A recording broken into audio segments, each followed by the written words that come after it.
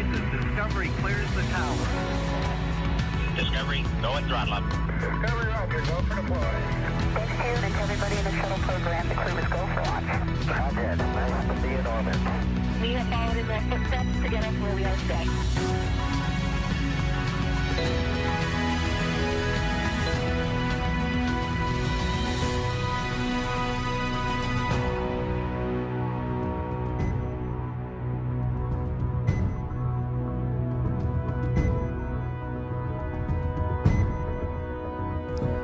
Good evening and welcome to our live coverage of the NASA SpaceX Crew-8 mission as it returns to Earth. Dragon Endeavour departed the International Space Station at 2:05 p.m. Pacific Time on October 23rd. On board Crew-8 are NASA astronauts Dominick, Michael Barratt, and Jeanette Epps, as well as Roscosmos cosmonaut Alexander Grebenkin, and they are now on their way to the targeted Splashdown site just off the coast of Pensacola, Florida. My name is Kate Tice, Senior Quality Systems Engineering Manager here at SpaceX, and joining me today from NASA Communications is Sandra Jones. Welcome, Sandra. Thank you so much for having me, Kate. It is so great to be here. It's always a pleasure to be here at SpaceX. Upon departing the International Space Station, Dragon underwent a sequence of departure burns, and the crew then had a rest period and has since kicked off. Dragon.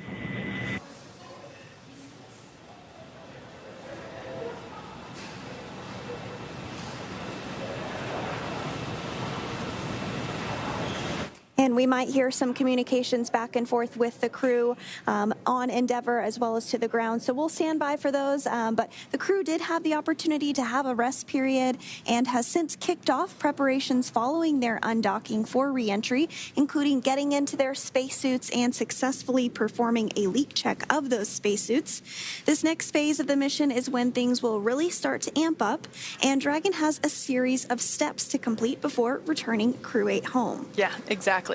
First, Dragon will maneuver to the correct attitude and then jettison its trunk, which is the cylindrical, unpressurized lower part of the spacecraft. The trunk is currently connected to the aft or the bottom end of Dragon, and that is where the heat shield is located. Of course, in order to expose the heat shield and get ready for atmospheric reentry, we're going to jettison that trunk. Yeah, absolutely. And then from there, the spacecraft will use its forward thrusters to perform a deorbit burn, which will then put Dragon on a trajectory to return to Earth. The burn will last about 9 minutes once it starts, and that deorbit burn does use the Draco thrusters on Dragon, primarily the 4 located on the forward bulkhead, and is executed at the apogee, or the very highest point of Dragon's current orbit around the Earth. This will alter Dragon's path to ultimately line it up to re-enter Earth's atmosphere and splash down off the coast of Florida. Splashdown is planned for 12:29 a.m. Pacific, 3:29 a.m. Eastern, so just about an hour and 11 minutes or so from now. Now, before we go any further, let's take a minute to meet our crew that is returning this evening. Commander Dominick was born and raised in Wheat Ridge, Colorado, and is married to Faith Dominick, and they have 2 daughters.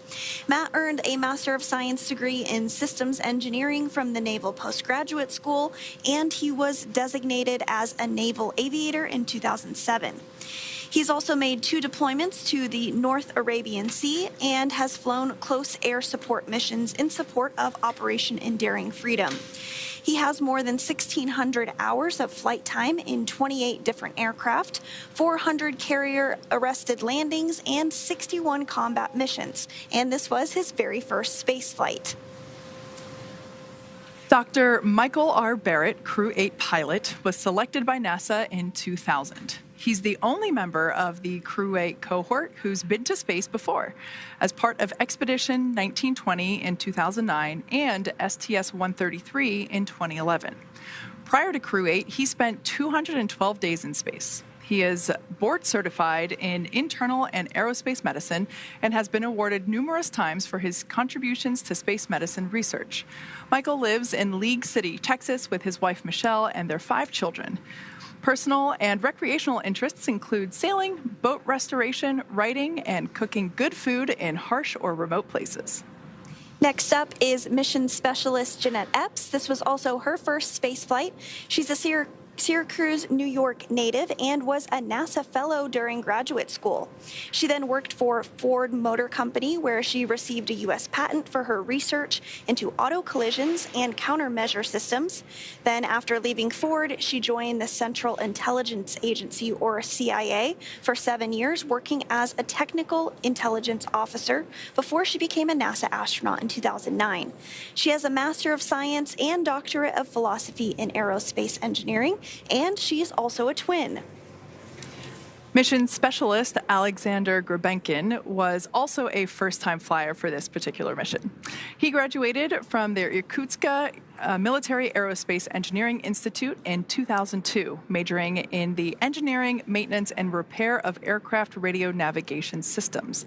He then attended the Moscow Technical University of Communications and Informatics, graduating with a degree in radio communications, broadcasting, and television.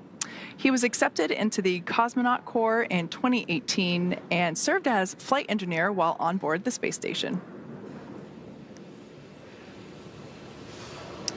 So right now, we now know a little bit more about the crew flying on Crew-8. Let's talk a little bit about the development of the capsule that they are flying in. So for those that might be unfamiliar, they're flying in a Dragon Crew capsule. Development of Dragon 4 Crew actually started with the Dragon cargo spacecraft. The Dragon was designed from the beginning to fly humans to space, so much so that even the very first window, even though there were no people on board, it had a window. Before we could fly humans, our teams implemented a number of design upgrades to make sure both Dragon and Falcon 9 are suitable for flying people, and then put both vehicles through thousands of tests to prove their safety. Dragon itself is capable of carrying up to 7 passengers. It is the only spacecraft currently flying that is capable of returning significant amounts of cargo to Earth, and is the first private spacecraft to take humans to the space station.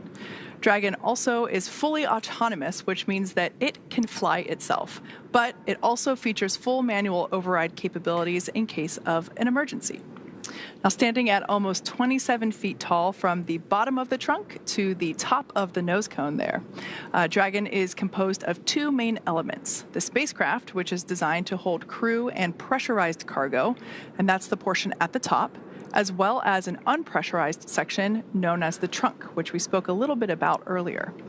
At the top of the pressurized section of the spacecraft is the nose cone, and that protects the docking system and also the guidance navigation control system, or GNC system. The nose cone opens for docking and remains attached to the Dragon spacecraft the entire time, unlike the previous version of Dragon, where the nose cone, we jettisoned the nose cone, and ultimately keeping that attached helps us toward our reusability efforts. Now, opposite of the nose cone is the trunk. That is that unpressurized section at the bottom that I mentioned. It provides attachment points for Falcon 9, the Dragon spacecraft, and for cargo. One half of the trunk is actually covered in solar panels that provide power to Dragon during flight and while it's on station. That is the black side of the trunk. The other half, which is painted white, contains a radiator that rejects heat from the active thermal control system to space using our new Pika tiling technology. The trunk now also has new aerodynamic fins, which provide stability in the event of an emergency abort. Now, I mentioned abort. In the event of an event such as that, Dragon is outfitted with 8 Super Draco thrusters, and those would power the astronauts to safety. Dragon's Super Draco launch escape system is a key safety feature of Dragon and gives the crew the ability to quickly separate from Falcon 9 and safely escape from the time of the launch all the way to orbit. This is a feature that no other spacecraft in history has possessed. Dragon is also equipped with 16 Draco thrusters, and those are used to orient the spacecraft during the mission, including apogee and perigee maneuvers, orbit adjustment, and attitude control. If you tuned in to some of our docking or undocking webcasts, you might have actually seen some of those Draco thrusters firing live in action. Now, each Draco thruster is capable of generating 90 pounds of force in the vacuum of space. I want to point out here we have our first views inside the Dragon capsule with our Crew-8 members. It seems as though everyone is sitting very comfortably inside their seats as they await their return back to Earth. Now, the seats that they are sitting in there, the spacecraft is designed to accommodate up to 7 crew members, like I mentioned just a couple minutes ago. Obviously, you can see today we're only flying 4. The modular seats, these are modular seats, and they can be removed and replaced by additional cargo, which is what we do when we fly 4-person crews. The seats themselves are made of carbon fiber and will be custom sized for any crew members flying on board, meaning the bucket that basically their bodies rest in, as well as the footrests and the armrests, all have the ability to customize the length of each of those pieces so that everyone remains comfortable and safe while they are in their seats. Their great view, first view of the morning, of the control panels. These are centered between the pilot and commander's seats. So this view here, we have pilot Mike Barratt on the right-hand side and Commander Dominick on the left-hand side. Those control panels consist of 3 touchscreen displays, and they allow the crew to operate the vehicle and fly it manually, even while wearing the gloves that they have on. These suits that they are wearing are also custom designed and custom built here in-house at SpaceX, and the gloves were specially designed to use with these touch screens to really emphasize the look and feel of a spacecraft of the next spaceflight generation. This particular capsule, we mentioned earlier that this is Capsule Endeavour. I personally have some really fond memories of this capsule, as this was the Demo 2 capsule that first flew Bob and Doug on the very first mission that carried humans into space in a Dragon capsule. I personally have worked inside this capsule while we were doing the initial build of it. I remember looking out that window right there at the feet of Jeanette Epps, and it's so incredible to see that this capsule is now about to complete its 5th spaceflight mission. It's truly something, isn't it, Sandra? It is, and another fun fact about this particular spacecraft, Endeavour is completing the longest cumulative time in space that any U.S. spacecraft has ever experienced, and this is the longest single space flight for a U.S. spacecraft ever, at 235 days in space, of which 234 were docked to the International Space Station. So to prepare for some of the upcoming events, Dragon is currently doing a couple of things autonomously. First, it's isolating the thermal control system fluid loops from the radiator that you were discussing, that white portion on the trunk. This system is what will help keep the internal temperature of Dragon comfortable for Matthew, Michael, Jeanette, and Alexander during their re-entry. Dragon is also initiating separation of the claw mechanism, which will terminate data, power, and fluid connections between the spacecraft and the trunk in preparation for trunk separation. Now, Dragon Endeavour has flown on several other missions for NASA, including, as you mentioned, Demo 2, the first launch of Dragon Endeavour on May 30th, 2020 to the International Space Station. Next up, it flew Crew-8, which launched in April of 2021. That was actually the first flight I ever got to see in person at the Kennedy Space Center, so that one is a little memorable to me. That was my second that I got to see in person. Oh, it was just beautiful. It was a pre-twilight launch, gorgeous. The orbit sequence start in 2 minutes. Dragon copies. And with that call down from the core here in Hawthorne up to Matt Dominick, the commander of Endeavour, letting us know that we are nearing the deorbit sequence start. Things are continuing to move along smoothly this morning. So just again to cover the missions that Endeavour has flown on, it first flew DM2, then Crew-2. Next up was Axiom-1, the first commercial astronaut mission to the International Space Station, which launched in April of 2022. Then Crew-6, which launched in March of 2023. And of course, now Crew-8, which will be returning home this evening in just about an hour and 15 minutes or so from now. I want to point out here in this view that we have there, just above their heads in the background, we see some sticker patches those are the mission patches that are placed in the capsule by the previous crews. So you were mentioning all the other missions that this capsule has supported. Those were actually the mission patches, but in sticker form that we saw there in that previous shot. Now, Dragon Endeavour is named after the Space Shuttle Endeavour, which completed 25 missions into space. Some of Endeavour's missions included capturing and redeploying the stranded Intelsat 6 communication satellite, launching Mae Jemison, the first African-American woman astronaut into space, performing the first servicing mission for the Hubble Space Telescope, and delivering the Unity module to the International Space Station. So some big shoes to fill, and Space Shuttle Endeavour is the shuttle that is here in Los Angeles. We're eagerly awaiting for the new display to wrap up, and we'll be able to see it in its vertical launch position. But yeah, that's what this Dragon capsule is named after. Yes, absolutely. I'm very much so looking forward to that being completed to check it out. I've seen a couple of the other space shuttles, but not that one just yet. And I did just want to make one quick correction. Splashdown is targeted for 12:29 a.m. Pacific time, so less than an hour from now. So we are looking forward to that. But as you mentioned, the next major milestone that we will look towards is that claw separation, and then the trunk being jettisoned, and then deorbit burn, nose cone deploy. So things are really going to start moving. Deorbit sequence start. And there you heard it. That is great news. So that call out indicates that the entire sequence, some of those events Sandra just mentioned, is now beginning. So it's not necessarily the deorbit burn. It's a little confusing there. It is the deorbit sequence as a whole. So we're now in that phase, and like Sandra said, claw separation, which is the mechanism that keeps the trunk attached to the Dragon capsule, will be released, and we will jettison the trunk, which will leave the heat shield at the base of the pressurized section exposed, which is very important given that the heat shield is what is going to be doing the majority of the work during the re-entry phase.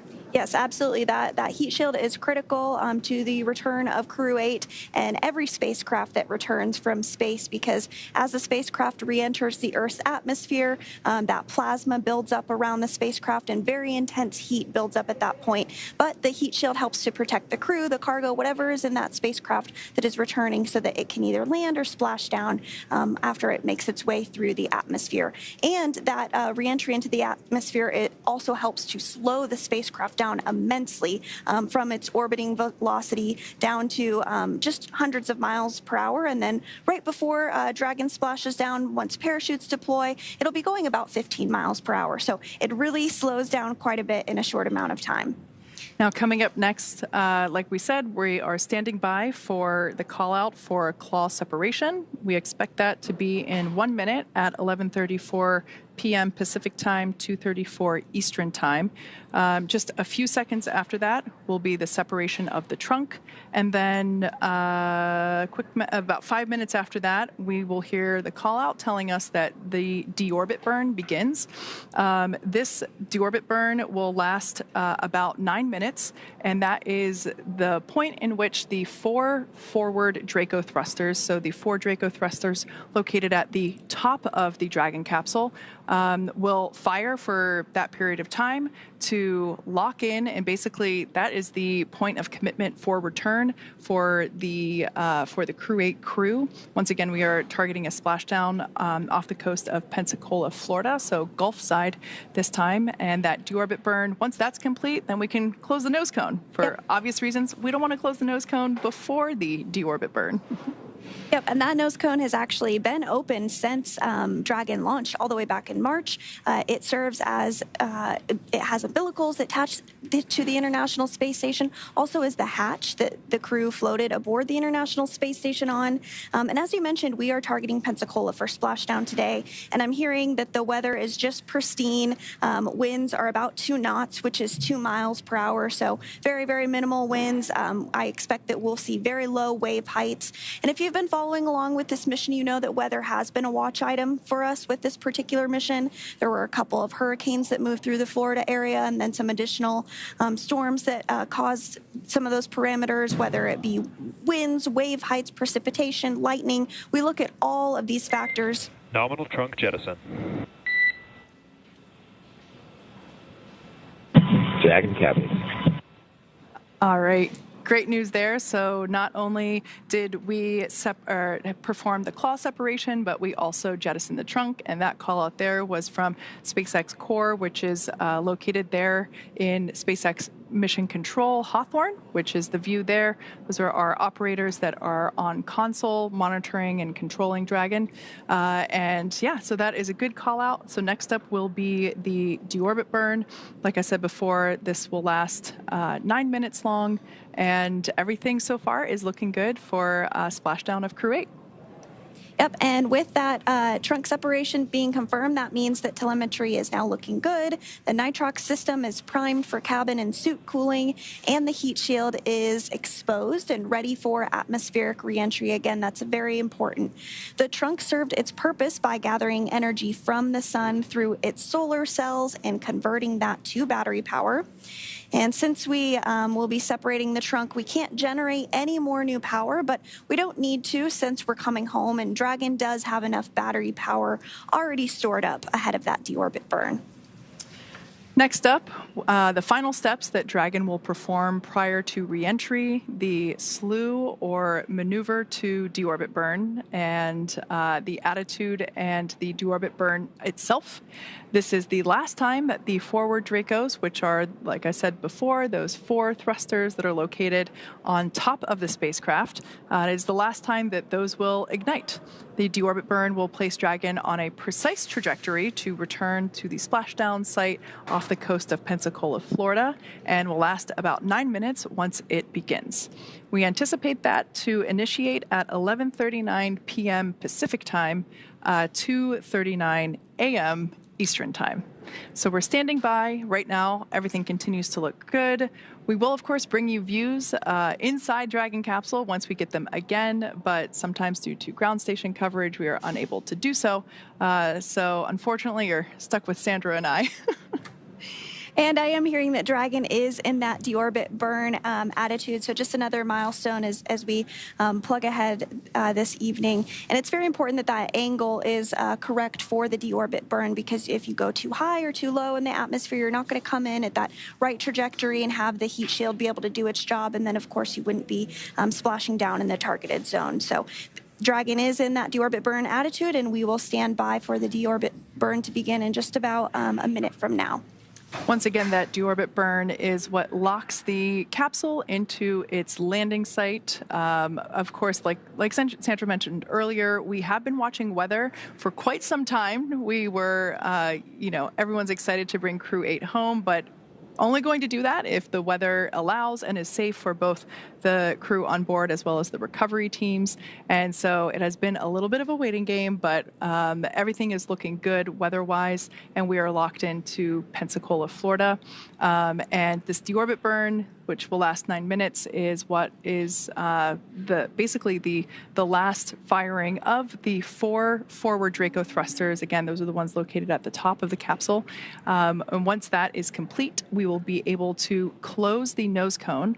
It's important to do this before the Dragon capsule begins to experience aerodynamic heating as it re-enters the Earth's atmosphere. It's important to get that nose cone closed so that we are able to protect the forward hatch and all of those components there during that re-entry phase. Like we mentioned before, that is a period of high heating, and so we really want to make sure that that nose cone gets closed in time. And it usually takes about anywhere between 6 to 8 minutes in order for that nose cone to close. So while we are under an hour from splashdown, once again, we're targeting at 12:29 a.m. Pacific time, 3:29 a.m. Eastern time splashdown. So under an hour, and things are going to move fairly rapidly, even though you might hear us say things like, this is going to last 9 minutes, this will last 8 minutes. It certainly goes fast. Yep, absolutely. And so we are standing by for confirmation that that deorbit burn has begun. And I did just get that confirmation that the deorbit burn is underway. That burn is slated to last less than 9 minutes, 8 minutes and 20 seconds, so just under 9 minutes there. So as a little quick recap, within the last 10 minutes, Dragon has jettisoned its trunk and initiated the deorbit burn just seconds ago. For these operations, NASA and SpaceX closely coordinated with the United States Coast Guard to establish a safety zone to ensure public safety and for the safety of those involved in the recovery operations, as well as the crew on board the returning spacecraft. Multiple notices are issued to the mariners in advance and during recovery operations, and Coast Guard patrol boats are deployed to discourage boaters from entering the splashdown zones. We do want to stress to the public the need to respect this safety zone. Recovering a spacecraft from the water is a hazardous operation, and any other boats interfering increases risk to astronauts in Dragon, the teams working to recover them from the water, and the safety of those if they come too close. So for the safety of the crew and your safety, we recommend you sit back and watch as we'll be bringing you the very best possible views of our astronauts' homecoming. As I mentioned earlier, this deorbit burn is the last time that those 4 forward Draco thrusters will fire. Dragon Endeavour has not yet entered the Earth's atmosphere. This deorbit burn that's coming up that has initiated is what will line the vehicle up and put it on its final trajectory to the landing site right off the coast of Pensacola. Right now, Matthew, Michael, Jeanette, and Alexander are using their screens to keep tabs on the burn duration, Draco thruster firings, and trajectory details like entry angle, spacecraft perigee, and how much distance remaining until deorbit burn termination. Right now, Dragon is flying itself, so all that the crew has to do is stay strapped in their seats and keep tabs on things. Although, if I were at one of those window seats, I would be pretty tempted to want to get my face right up next to the window. Yes, hopefully they're enjoying their last less than an hour in space. They did have about 34-hour period from undocking to when they will splash down. So the crew had the opportunity to get out of those spacesuits, have a meal, get some rest. But right now they are suited up as we call this a dynamic period of the flight. So during launch, the crew is suited up, during the docking, during undocking, and then during splashdown operations.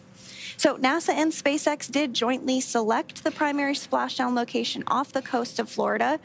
So as we discussed a little bit already, this selection process works with a lot of different variables, including space station's orbital trajectory, what landing sites are available and have favorable weather, how much free flight capability Dragon has for the trip home, and the sleep schedule for the returning crew members. We'll start with, we've got some more views there inside the capsule. We can see the crew there keeping tabs on things with the touchscreen displays. Doing a little fist pump there was Commander Matthew Dominick. I think they're excited to come home. Like we mentioned before, this is the longest human spaceflight mission in a Dragon capsule that has been performed so far. So, this is a cool view because we can actually see indications there. The 2 outward screens show which Draco thrusters are firing. So it's an opportunity for the crew to keep live tabs on what is happening with the thrusters just above their heads. Now, getting back to the return or the splashdown sequence, we start calculating daily return options based off of the space station's current orbit and Dragon's capabilities to maneuver and line up for reentry. The time from undock to landing at the primary site can vary from less than 6 hours to more than 39. Getting home the quickest comes with some obvious benefits, but we always have to make sure that the crew is properly rested for dynamic operations and preventing us from scheduling 20-plus hour days for them. Trajectory and ballistics experts provide the daily opportunities that would line up Dragon with the 7 landing zones and split them into what we call ascending and descending opportunities. And we are now over halfway through that deorbit burn. Dragon is using its Draco thrusters after leaving station to execute a series of altitude lowering maneuvers and to line it up with the selected primary site off the coast of Pensacola, Florida. It can also change to different alternate sites while in free flight if sudden weather moves in that we'll need to avoid, but we don't have any of that happening today. And weather is something we are constantly looking at, making the final call to proceed about 2.5 hours before the crew undocks. So for the Crew-8 return, we looked at a number of weather items. Some of the obvious ones are no rain or chance of lightning in the recovery zone, both for the safety of the crew inside Dragon and for the recovery teams on the water. We're also looking for wind speeds less than 15 feet per second or about 10 miles per hour and relatively calm seas so we can safely execute recovery operations, which includes landing a helicopter on the recovery ship to fly Matt, Mike, Jeanette, and Alexander back to Florida. Once Dragon began flying free today, we had a number of additional checkpoints to either proceed towards the primary site, head to the alternate, or select a new zone based on real-time weather data.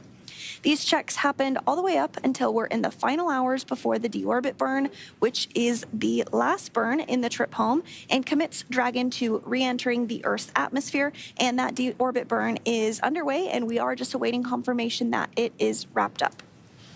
We expect this to complete at 11:48 p.m., so just about 2 minutes until this deorbit burn finishes.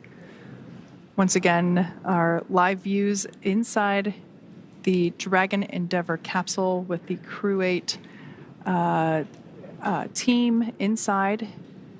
These views here, so we can actually see there in the center console, that is basically a trajectory tracker for showing them where they anticipate to splash down. But the view that I particularly love are the Draco firings there on either side of that center console.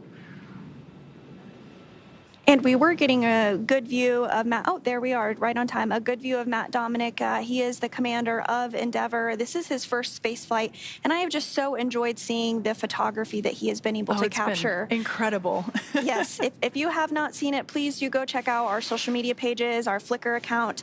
He really took to the photography during his mission and has captured some just breathtaking, spectacular, marvelous images. I think the only thing that could be better is if I were able to see it with my very own eyes from up there. Now we are standing by for the completion of the deorbit burn. For those that have just recently joined us, we have already separated from the trunk. We've jettisoned that trunk to expose the heat shield at the base of the pressurized section of the Dragon capsule. Of course, that pressurized section is the section that we see here on our camera views, where the Crew-8 crew sits. We expect the deorbit burn to complete here in the next 60 seconds or so. This was a 9-minute-long burn, and it is the final burn that lines up the trajectory for the Dragon capsule with the targeted splashdown site. The final firing of the 4 Draco thrusters at the top of the capsule. Deorbit burn complete. Performance nominal. Nose cone closure initiated. Dragon copies. And great news, we did hear that that deorbit burn is now complete. Dragon is committed to coming home. So next up, we will have the nose cone that does close up. This will take a couple minutes to complete. We have a series, basically 12 hooks on the nose cone that will lock in with the Dragon capsule, and those will close in a series in 2 different series, so 6 each.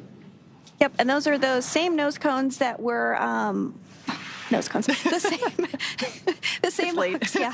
The same hooks that were used yesterday to actually unhook from the International Space Station, and as it backed away, if you were tuning into our coverage for that. So in the background, Dragon is currently inhibiting those forward bulkhead Draco thrusters that we just used to complete the deorbit burn, ensuring it's safe to latch the nose cone shut for re-entry. Also, the vehicle will begin to initiate that nitrox suit purge. This helps Matt, Mike, Jeanette, and Alexander stay cool and comfortable during re-entry, which is coming up in about 20 minutes or so from now. At this point, the nose cone, again, is closing and protecting the forward hatch for re-entry. And the crew will continue to use their screens to monitor the locking of the nose cone, which is done by that set of hooks, 12 in all. So we did hear that nose cone close is underway. We expect it to be closed in about a minute or so. And again, this nose cone has remained open since the crew launched all the way back in March. This was nearly an 8-month mission that the crew spent aboard the International Space Station conducting science, performing research, investigations on not only themselves, but on a variety of topics from physics to flame studies. But it is interesting that the crew themselves actually is a part of the science experiment. The International Space Station has been continuously occupied for over 20 years, and we continue to learn more and more about how the body adapts to microgravity. And it looks like we are starting to see a view there of the nose cone as it does begin to close up. You can see that on your screen. Expecting that nose cone to be fully closed in just moments from now.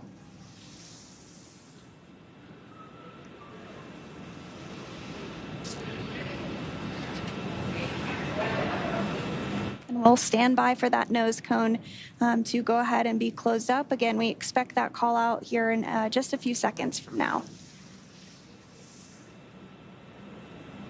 While this nose cone closure is underway, this is the final physical change that Dragon will undergo today. This, like we mentioned earlier, we jettisoned the trunk, and now we're closing the nose cone. And once that nose cone is closed, Dragon is basically in its final configuration and ready to begin its re-entry period through the Earth's atmosphere. As we mentioned earlier, that period is a period of time of a high dynamic loads or aerodynamic loads and heating. So the heat shield will be doing quite a bit of work during that time and helping to slow the capsule down significantly. In fact, right now they are still going at orbital velocity, and when they begin to re-enter the atmosphere is going to be pushing back on the capsule and helping to slow it down. And that energy turns into heat at the base of the heat shield, and that heat shield helps protect the crew and the capsule during that phase. By the time that the drogue parachutes deploy and help slow the capsule down even more, basically that re-entry period sees a deceleration from 17,500 miles per hour down to 350 miles per hour. So while the atmospheric re-entry is a we see the Dragon capsule come back with some, toasty marks on it. It's for good reason. It really actually helps do quite a bit of work to help slow the capsule down itself. So we are standing by actually I did just hear that we have confirmation that the nose cone is now closed. So nose cone closure is complete. And we basically move into the second half of entry. Dragon is now beginning to inject cooled nitrox into the air that is being delivered to the suits worn by Matthew, Michael, Jeanette, and Alexander. Again, this is what will allow the crew to remain comfortable while those external temperatures outside of Dragon reach 3,500 degrees Fahrenheit. With the heat shield pointing forward, it is basically leading Dragon to the landing site. So we've been talking a little bit about the heat shield. Dragon's primary heat shield is comprised of PICA 3.0, which stands for Phenolic Impregnated Carbon Ablator. First gen PICA was actually initially developed by NASA for studying and sampling comets within our solar system. That's right, and SpaceX partnered with NASA to develop Pika-X, which was the second-gen product used on all Dragon 1 cargo resupply missions that successfully resupplied the International Space Station on 20 missions. Pika 3.0 was developed specifically for use on Dragon 2 crew and cargo with enhanced structural and thermal properties that optimized the heat shield and drove down cost and mass. The remainder of Dragon is composed primarily of a SpaceX proprietary ablative material.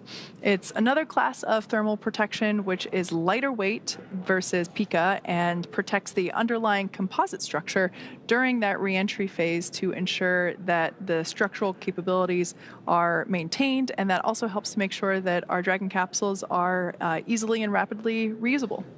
And while Dragon will experience temperatures well over 3,000 degrees Fahrenheit during peak reentry conditions, the characteristics of the TPS, or thermal protection systems, coupled with the ECLIS environmental control and life support system in the pressurized interior, will ensure that Matt, Mike, Jeanette, and Alexander stay cool and comfortable during all phases of reentry through Splashdown. And again, we are now less than an hour away from Splashdown off the coast of Pensacola, Florida.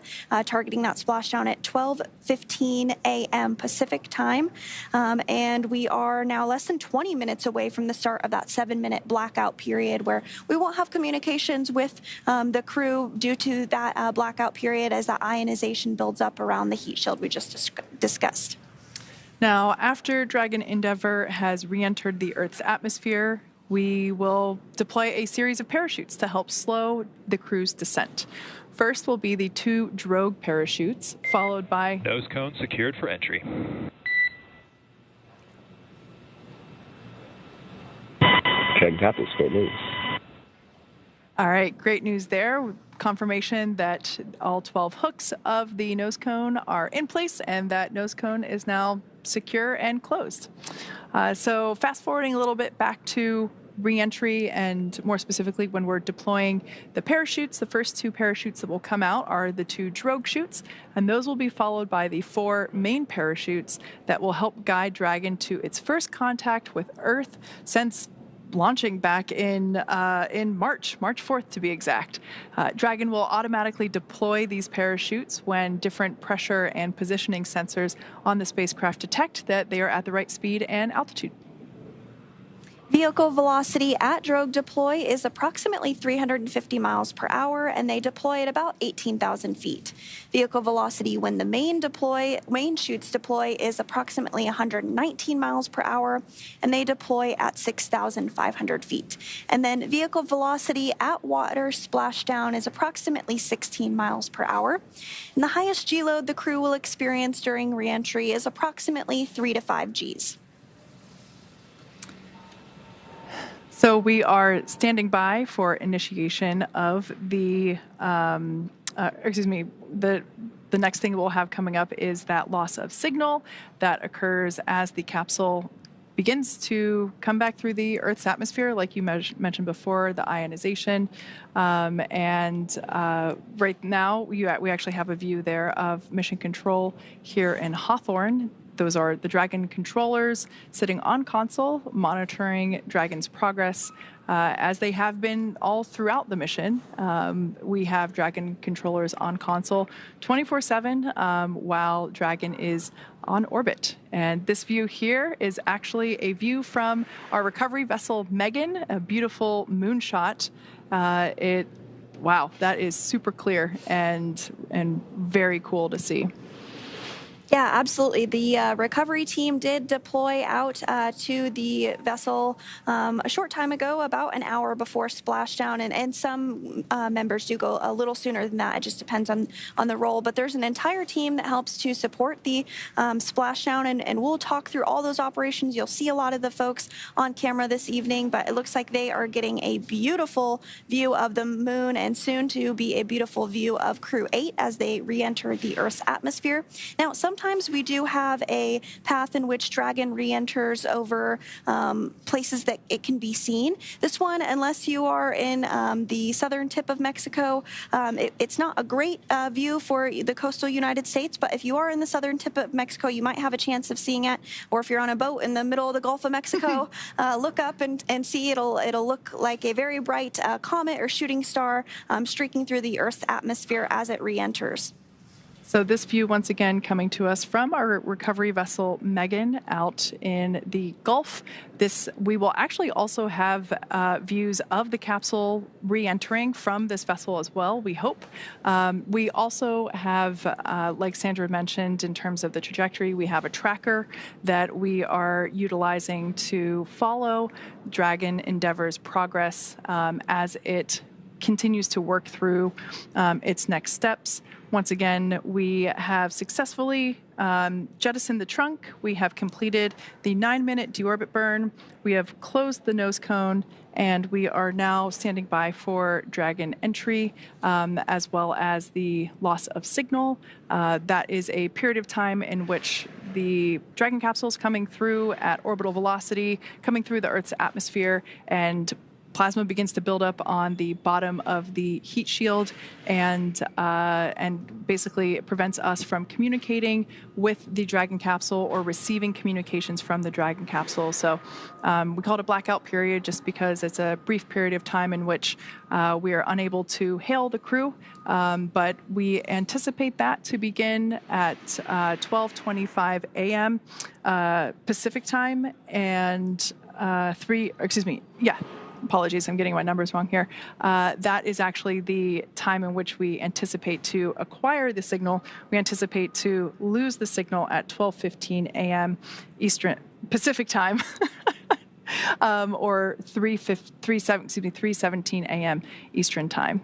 So all that being said, we're going to follow Dragon's progress, and we are going to stand by and take a moment to pause and listen to the nets as we await that moment of loss of signal. We will continue to monitor the nets and stand by and watch Dragon's progress.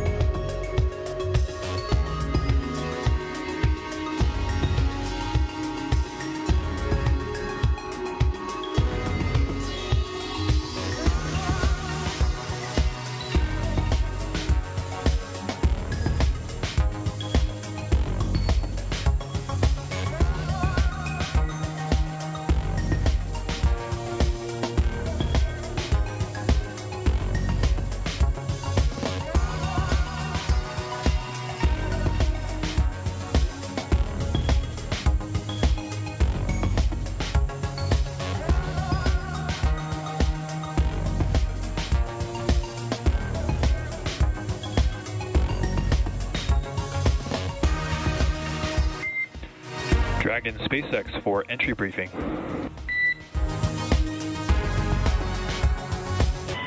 Dragon's ready.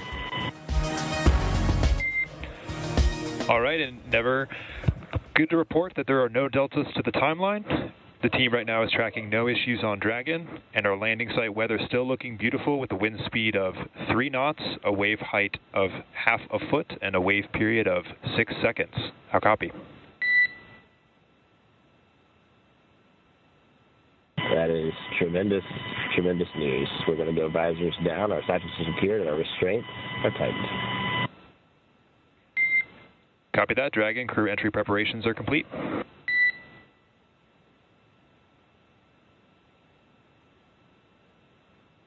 Dragon copies. All right, so great news there as we heard SpaceX Core call up to the Crew-8 team, letting them know that there are no changes to the anticipated timeline. So still tracking a 12:29 a.m. Pacific, 3:29 a.m. Eastern Time splashdown off the coast of Pensacola, Florida. We also heard great news about the weather. It's pretty calm. While we haven't seen the view of the water surface yet, I have a feeling it's going to be rather glass-like based on the description of a 0.6 wave height and 3 knots of wind speed. So all in all, really good news, and it's still looking great. Like I mentioned, 12:29 a.m. Pacific time. So 22 minutes from now, we'll have the Crew-8 crew back on Earth. Yes, and that comes after a mission duration of 235 days in space. The crew traveled 99 million statute miles during that time period. They saw the arrival of 8 visiting vehicles and the departure of 8 visiting spacecraft. Some of those were crewed spacecraft with other crew members on board. Some of those were cargo resupply missions.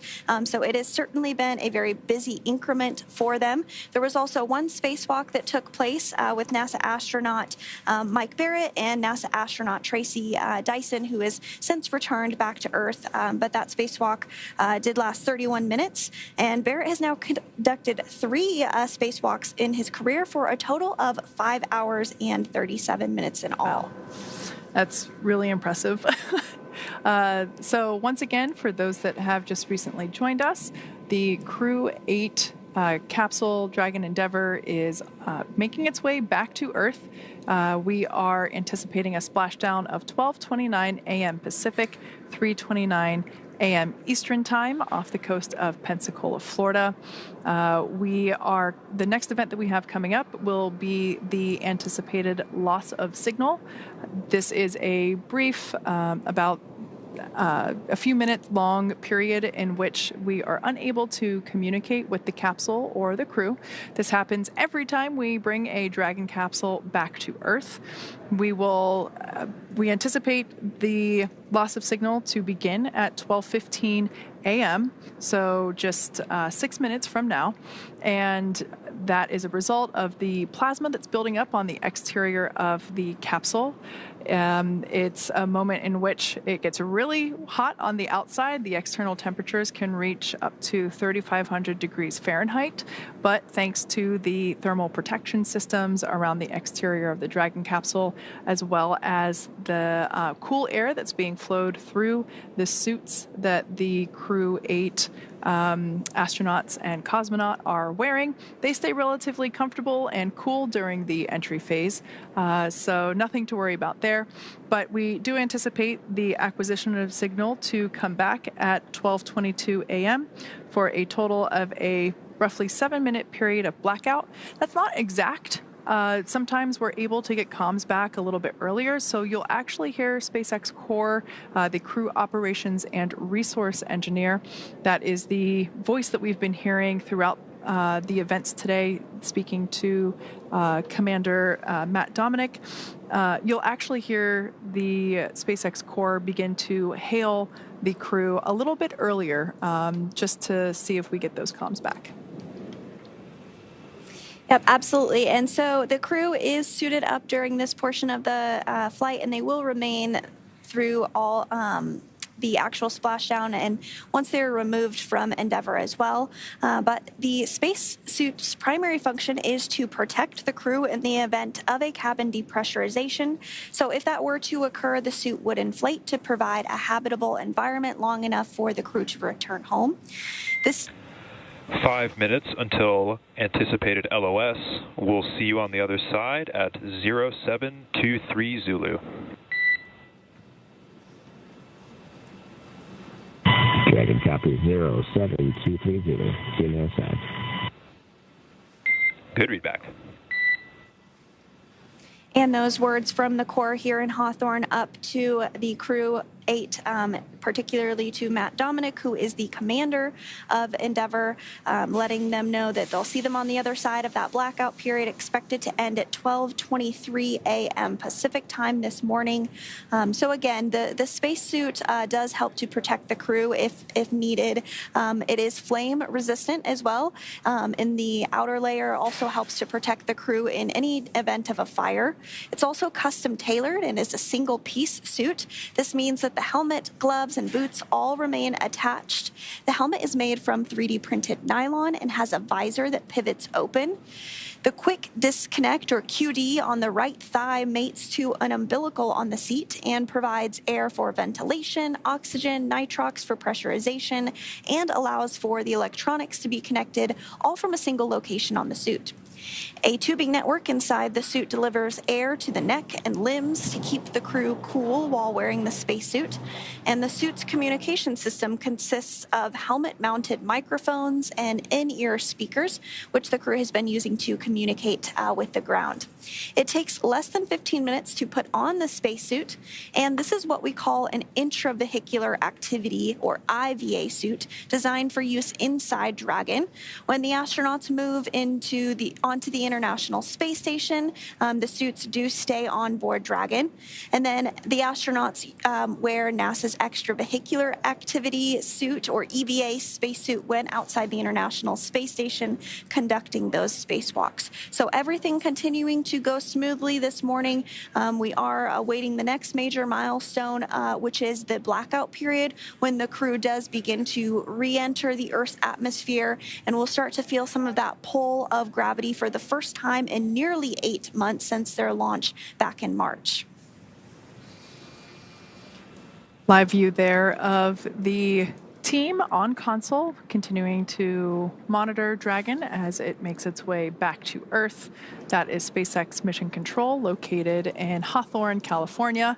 And like I said, it's where our teams monitor Dragon, checking in on all of its systems, help make sure that the crew has a safe journey. Our team in Mission Control follow their progress all along the way. On console or headset are 6 key positions who are monitoring the health of the vehicle and the crew. The mission director is responsible for mission success and is in charge of that room. The person that we hear talking to the team up in space is the Crew Operations and Resources Engineer, or CORE.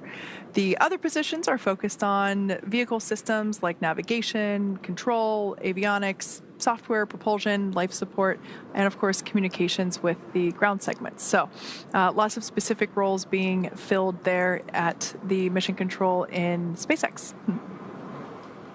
Yes, absolutely. And I am hearing that Dragon has slewed to the final entry attitude and is beginning that entry interface period. So we'll stand by as this blackout period begins, and then of course, we'll catch the crew with those comms on the other side of it. So in addition to Mission Control Hawthorne, there is Mission Control Houston, a very familiar place for me, which is staffed 24 hours a day, 7 days a week. There you do see a shot of Mission Control Houston on your screen. Team members here are trained in a variety of disciplines and monitor all of the space station systems. And just like Mission Control at SpaceX, we have someone dedicated to talk to the crew members, to streamline communications. This keeps the astronauts from needing multiple conversations on different subjects. This role is the CAPCOM, which stands for Capsule Communicator. However, this person isn't actually talking with the spacecraft. That's SpaceX's core. The Capcom is speaking with the astronauts already living aboard the International Space Station. And the Capcom does sit right next to the flight director. The flight director gathers information and data from all flight controllers and leads the team through major milestones. They approve or decline suggestions based on pre-established flight rules. Other key members include the ADCO, who controls the attitude or orientation of the space station. We also have the visiting vehicle officer, or VVO, who monitors the work and works with external teams sending spacecraft to and from the International Space Station. There's also a flight surgeon who works with the astronauts to get a chance to speak with them on a regular schedule on private medical conferences. We also have Robo, who works with the Canadarm2 to maneuver it to complete work outside of the space station. When astronauts are on a spacewalk, the Canadarm2 is maneuvered by an astronaut within the International Space Station. And there are many other positions and team members who monitor the station's solar arrays, the astronauts' schedules, and even where every single piece of equipment and cargo is stored. So it takes a tough and competent team to make a mission successful. And we now are in entry interface and do have that loss of signal with the crew. Again, this is expected as they make their way through the Earth's atmosphere. It will last just a few minutes, and then we'll begin to hear the ground call up to the crew for a comm check. Sometimes that comes a little sooner than expected, sometimes a little later. It just depends. But we do expect to regain communications with the crew once we are out of this entry interface period. Right now, the crew on board Dragon Endeavour, of course, our team of Crew-8, the 3 NASA astronauts and 1 Roscosmos cosmonaut, they are themselves monitoring the entry phase. They are following along with the touchscreen on the inside of the pressurized section, that touchscreen monitor that they continue to follow progress with. Earlier, we saw it as the 4 forward thrusters were firing during the deorbit burn. So now they continue to monitor that. They are adjusting their cameras in preparation for drogue shoot deploy. They are also continuing to monitor velocity and basically keep tabs on how things are progressing. Like we mentioned, the period of loss of communication, which is what we are now in, we anticipate that to end, also known as AOS, or acquisition of signal. We expect that to occur at 12:23 a.m. Pacific time, 3:23 a.m. Eastern time. We might hear SpaceX Core begin to hail the crew a little bit before that. We also might hear our commander, Dominick, also say hey before we even begin hailing them. So this period of blackout varies from mission to mission. It's not super precise, so we will attempt to regain those communications at the earliest reasonable opportunity, but this is totally expected. This is what happens every time we bring a Dragon capsule back through to Earth. The temperatures can reach upward of 3,500 degrees Fahrenheit. This is why we see, once the Dragon splashes down, we see that the exterior, which was a nice pristine white at liftoff, and while it was on orbit, becomes more like a toasted marshmallow after it comes back. We see that thermal protection system having done its job in protecting the structure of the capsule as well as the astronauts inside. So for those that have recently joined us, we are in the expected blackout period. We anticipate this to end at 12:23 a.m. Pacific. The team there on your screen, located at SpaceX Mission Control here in Hawthorne, California, as well as the team in Houston at Johnson Space Center, continue to monitor. Like I said before, the Crew-8 team is also monitoring using their systems as well. Prior to this prior to this dynamic event, they had already closed their visors. They had already stored the tablets and any other loose items, including the zero-G indicator, of course. So they are well prepared. And like we mentioned, they will remain in their suits until after they splash down and after the recovery team retrieves them from the water and helps them egress from the capsule. Once again, we are anticipating a splashdown off the coast of Florida near Pensacola, so in the on the Gulf side of Florida. Our recovery vessel Megan is standing by, waiting for the Crew-8 cohort to return. The recovery team, actually, there's our first view of Dragon Endeavour making its streaking appearance across the sky. This view comes to us from the recovery vessel, Megan, as I mentioned earlier. And we actually do have a very special guest, Shaniqua Vereen, a public affairs officer at the Johnson Space Center. She's on the boat right now. Shaniqua, can you hear us okay? And let us know what you are seeing right now as we watch Crew-8 streak through the atmosphere about to splash down. Let us know what you're seeing. Yes, Sandra. Hi. I hope you guys can hear me loud and clear. I am on the recovery vessel Megan, as you stated. We are getting our first views here on the ship as well. I'm with NASA photographer who is seeing the navigation lights as well as the streaking across the sky. It's a pretty exciting time right now on the recovery vessel. All personnel that's not on the FAST are up at the front of the hull of the ship, just watching it as it comes in. Again, the Megan is stationed about 3 miles, about 1.5 nautical miles away from the splashdown zone, and we're looking to have the crew splash down in just about, 6 minutes, 5-6 minutes? And so we're catching all the views until the parachutes deploy and they splash down in the ocean. That is so excellent, Shaniqua. I am jealous of the view. I mean, it's beautiful on our screen, but I can't even imagine what it looks like in person. So soak that in, enjoy that moment. We are expecting to regain communications from the crew in about a minute or so. We might start to hear some of those calls out from the ground or from Matt Dominick, the commander of Crew Dragon Endeavour, as they come out of this blackout period. But again, we're continuing to get great views of Crew-8 as they are re-entering the Earth's atmosphere. Again, standing by to regain those communications, expecting that in about a minute or so. Dragon, SpaceX, comm check. Loud and clear. How We have you the same. Great news there. Communication blackout period over. We heard the voice of Commander Matthew Dominick. Now coming up at 12:25 a.m. Eastern, or excuse me, Pacific, 3:25 a.m. Eastern, we will deploy the drogue parachutes.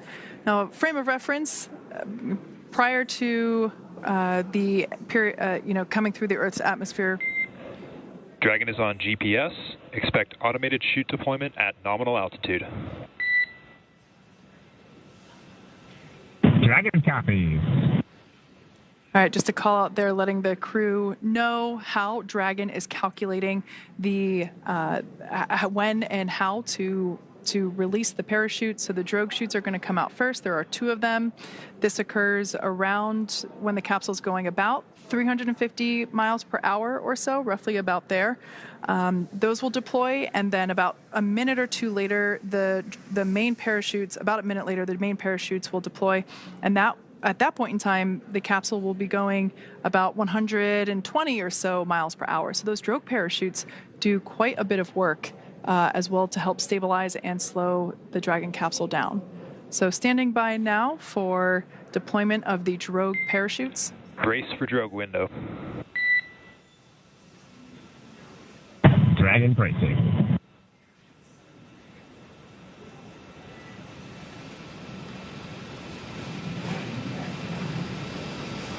And this view again is from the WB-57. That's one of our high altitude planes as it continues to track Dragon ahead of those drogue parachutes being deployed. And shortly after that, we'll see the main parachutes deployed. But we'll stand by for those drogues to go ahead and get deployed.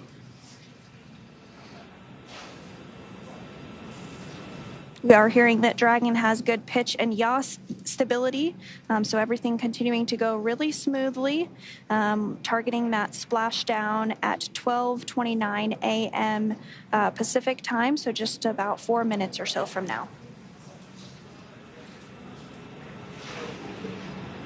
Once again, there we can see that the drogue parachutes, thanks to that WB-57 views, drogues are deployed. We can see two good-looking drogues. Oh, this is a great view from inside the parachute bay where those drogue parachutes... Drogue chute descent rate nominal. Next, Dragon copies. those drogue chutes will next pull out the main parachutes, and we'll see those 4 main parachutes open and inflate.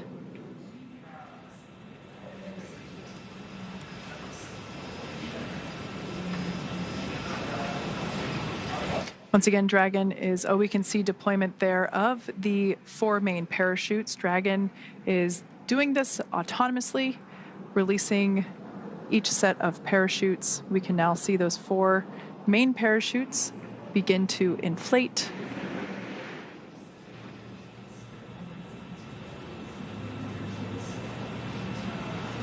Pretty incredible to see how, as those main parachutes inflate, the capsule itself slows down even more significantly. Main chute descent rate nominal. Copy. Nominal descent rate 1,000 meters. Copy, 1,000. We will continue to hear call-outs from Commander Matt Dominick of the distance from the water. Those parachutes really doing their job now, as you mentioned, Kate, starting to slow the spacecraft down even more and more. By the time the crew actually does splash down in the water, they'll be going about 15, 16 miles per hour. So those parachutes really taking on that air to slow down the spacecraft. 800 meters. Copy, 800. Like you said, Commander, Matt Dominick will continue to report altitude every 200 meters. So we just heard the 800 meter call out.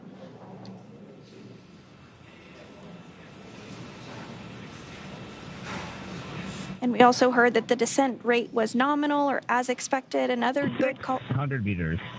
A good call out there. Copy, 600.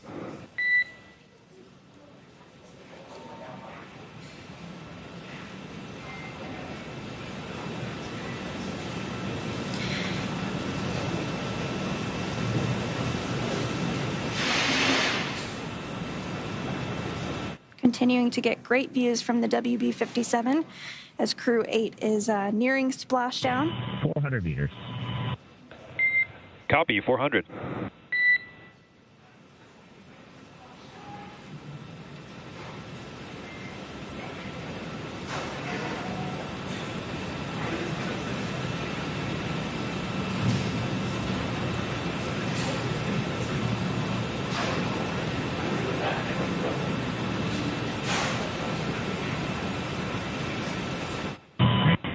Meters, bracing. Copy, 200 and braced. At this point in time, the seats in Dragon have rotated a little bit to help provide a more comfortable and safer bodily orientation for the crew members as they come closer to splashdown.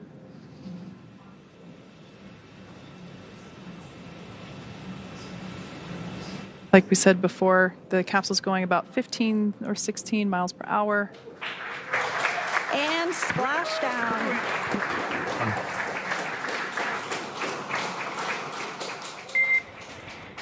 And Endeavour, we see the same. On behalf of SpaceX, welcome home. And as you can see on your screen, we do have visual confirmation. And NASA teams, what an incredible ride.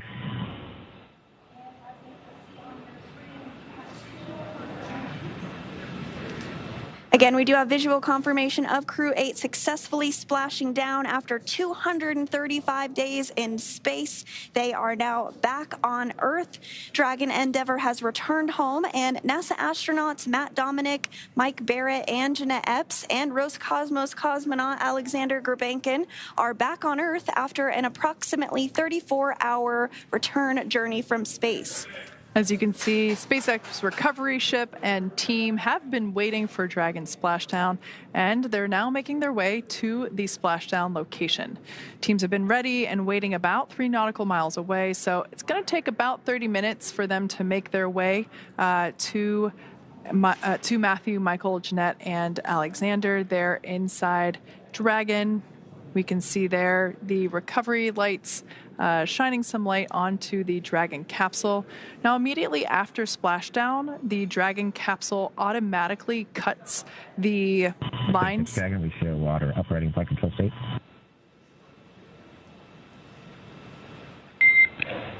SpaceX copies. We see the same. So that was just Commander Dominick reporting the orientation in which Dragon is now in, which we see there on your screen. Like I mentioned before, the Dragon capsule automatically cuts. SpaceX, we stable 1. Copy and concur. Stable 1. Dragon automatically cuts the lines to the parachutes, so we will see some of the recovery team in the fast boats, which are now approaching the splashdown site. We'll see a couple of those boats divert over to where the parachutes landed, as we will retrieve those from the water. We will also see a fast boat approach the Dragon capsule. That team is responsible for making sure that there are no remaining hypergolic residue on the capsule after it has spent significant time in space. Those hypergolic propellants are what are used to maneuver Dragon on orbit, and they are toxic to people here on Earth. And so we want to make sure that the recovery team is safe, so we'll see that fast boat approach and perform initial safety checks to make sure there are no hypergolic residuals there on the exterior of the capsule. We'll then see that team begin to rig up the Dragon capsule with some fittings, some straps that will ultimately be utilized to lift the capsule on board our recovery vessel, Megan. And we did have a good view there just a minute ago, and you can kind of see it here. The water is almost mirror-like. It's quite smooth. Very beautiful weather there off the coast of Pensacola for these recovery operations. So as you mentioned, they are going to begin to assess capsule safety. We do see some of those fast boats begin to approach, and they're going to do some of those sniff checks, make sure that everything is as expected before they continue with the operations of bringing Dragon closer to the recovery vessel and then eventually lifting it on. So we are now eagerly awaiting the recovery of our Dragon spacecraft with NASA astronauts Dominick, Mike Barratt, and Jeanette Epps, as well as Roscosmos cosmonaut Alexander Grebenkin inside. So Dragon has already autonomously completed several steps to safe itself following splashdown, and we are continuing to see those views of the fast boats. They do have the go to approach. So for those of you just joining us, the mission has gone smoothly so far. Dragon successfully splashed down off the coast of Pensacola at 12:29 a.m. Pacific, 3:39 a.m. Eastern this morning. Dragon, SpaceX is go for recovery personnel to approach. Expect personnel alongside in approximately 1 minute. Okay. You guys are fast. I always love that call out because, you know, it is not common to have people on the outside of your spaceship. So I love that we just give the team a heads up that they should expect people to begin climbing around their Dragon capsule. Now, approximately 34 hours ago, Dragon autonomously undocked from the International Space Station, completed a series of departure burns, jettisoned its trunk section, And then, as we saw just a little bit ago, performed its final burn, the deorbit burn, which placed the Dragon capsule on a trajectory toward Pensacola, Florida. Dragon successfully re-entered the Earth's atmosphere, followed by deployment of its parachutes to slow the spacecraft down to a gentle splashdown. So we're now going to follow along with the final part of Matthew, Michael, Jeanette, and Alexander's journey as Dragon is prepared to be lifted out of the water and placed on the recovery boat. And you might have heard a call out a couple of minutes ago for something called Stable 1. There's a couple of different configurations that Dragon can land in. Stable 1 is the configuration that we are hoping for. So this means it's in the ocean and upright as expected, as you see on your screen as the lights do shine on it. So those fast boats continuing to approach and get closer. These will be the first human beings that Crew-8 has seen outside of their spacecraft since they were being strapped in ahead of launch by the closeout team at the Kennedy Space Center in Florida. So upon detection of landing, Dragon automatically did release the main parachutes to prevent wind from pulling the spacecraft.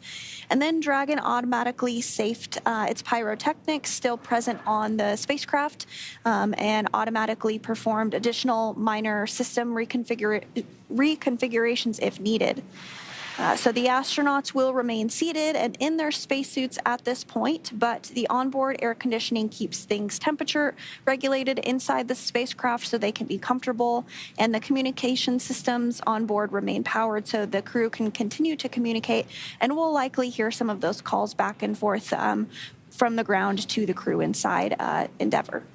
Yeah, you mentioned the automatic cutting of those parachute lines. We often talk about how Dragon is autonomous and how it does things itself, but the crew is always there monitoring and ensuring that things are going as planned. So actually, one of the first actions that they have upon splashdown is to listen for the cutting of those lines. And so if for some reason we confirm that the parachutes were unable to be released, the crew inside has the ability to do that manually. So just because they splash down doesn't mean their job is over. Now, in this view here, we can see some of the recovery team there in the fast boats that got that go to approach. We have 2 fast boats in the recovery fleet, which you see there, that have moved rather quickly to that splashdown point. They are being followed by one of the main recovery vessels, which will move into position upwind of the spacecraft. We put it upwind just in case there are any residual hypergolic elements there on the exterior of the capsule. So putting the larger recovery vessel upwind before having the confirmation that there are no residuals. Key safety check there. The 2 fast boats have very specific roles. Their first view of our second fast boat. The first one is focused on immediate safety inspection of the spacecraft integrity and checking for any presence of those hypergolic propellant vapors. And this helps ensure that it's safe for the recovery vessel to approach Dragon as well as the rest of the recovery team. Once Dragon... Hypergol sweeps and unfired ordnance checks are nominal. Rigging is in progress. Approximately 25 minutes until capsule lift. Stand by for PMC with the ship flight surgeon and Hawthorne flight surgeon. Dragon. All right, great news there. So we got confirmation that those safety checks are complete. So we'll now see the recovery team begin to place the required straps and harnesses around, as you can see there, around the Dragon capsule. We also heard confirmation that the words that were used were unfired ordnance. Those are those pyrotechnics that are utilized to fire the parachutes at the appropriate time, so confirmation that those have been saved.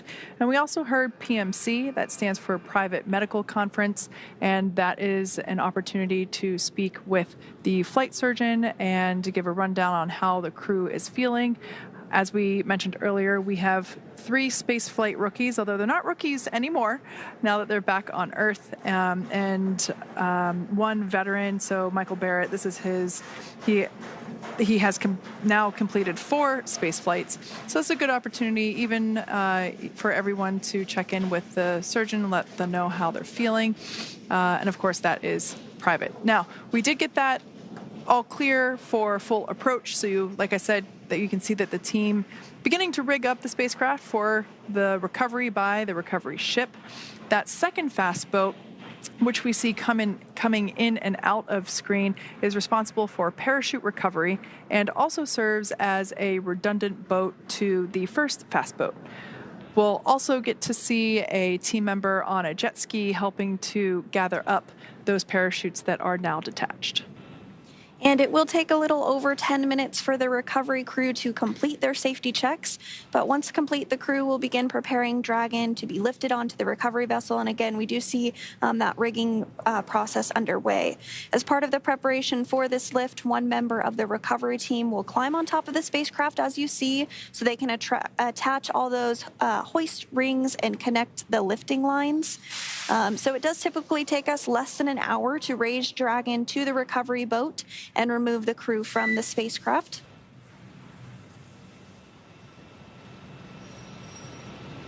And after medical checkouts, once on board, the crew will return to land within 4 hours by helicopter. Dragon to ground is now public.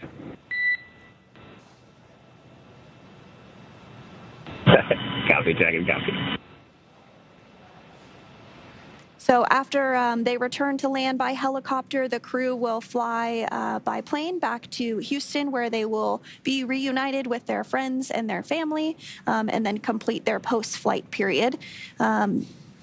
And so, again, we were getting some great views of Crew-8 after they splashed down. We'll probably get some more great views here momentarily. But everything went very, very smooth this morning. The crew did splash down off the coast of Florida at 12:29 a.m. Pacific time this morning, following their undocking from the International Space Station yesterday.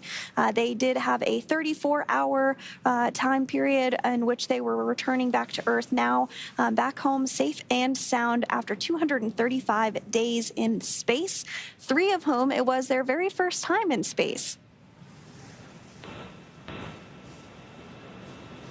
And so this is a view of Mission Control here in Hawthorne, California. The core was the main individual that has been speaking with the crew following their undocking from the International Space Station yesterday. We'll continue to hear some of those calls back and forth from the core, the crew operations resource engineer here at Hawthorne. Particularly to Matt Dominick. He is the commander of Crew Dragon Endeavour, so he is the main astronaut that will speak with the Corps. And it looks like we are getting our first view there on the recovery vessel Megan. That circular object that you see in the center of your screen there, that is actually what we call the Dragon's Nest. That is where the Endeavour spacecraft will be lifted up and placed into. That's why we had to do that rigging ahead of this operation. We had to make sure that all of the harnesses were properly installed in order to hoist Dragon up into the Dragon's Nest. Now, you mentioned communicating with the crew. We actually have a team member on board the Dragon, or excuse me, on board Megan, the recovery vessel that you see there. Shaniqua Vereen, we heard from her a little bit earlier during the just before splashdown. I can't wait to hear how the actual splashdown was. Shaniqua, can you fill us in on what it was to experience that? Yes. Can you hear me? We can hear you loud and clear. All right. I actually repositioned myself from the front of the boat to the back of the boat so I can see the Dragon's Nest and actually have eyes right now on Dragon Endeavour. Everything as far as splashdown was perfect. It was nominal. We could see the bright Dragon in the sky coming back to Earth, and it was pretty extraordinary from my point of view. It's entered the atmosphere. We then heard 2 sonic booms, and then pretty soon after we saw some navigational lights, red and then green, and then we saw some parachutes deploy here on the Megan. We then tracked Dragon as it slowly propelled down into the ocean. From here, you guys have been following along a little bit more. I had some better views, I think, of you guys.